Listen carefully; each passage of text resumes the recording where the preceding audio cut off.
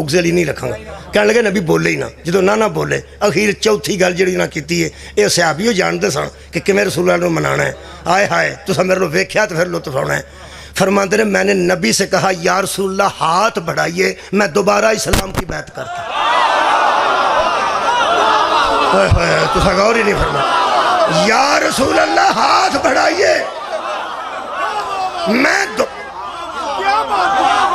خیر ہوئے تو مولا تو انہوں جزا.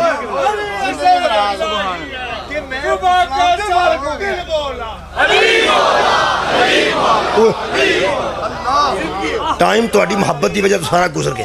50 منٹ ہو گئے نا. 60 منٹ پڑھنا چاہنا جلدی کریے جی. 10 منٹاں گل مکائیے.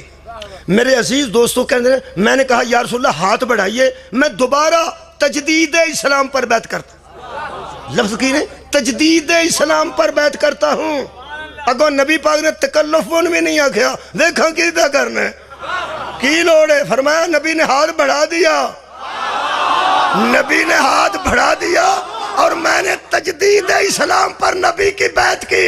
یہ مطلب ہے جس کے دل میں بغض علی آ جائے وہ برادری سے نہیں نکلتا اسلام سے نکل جائے.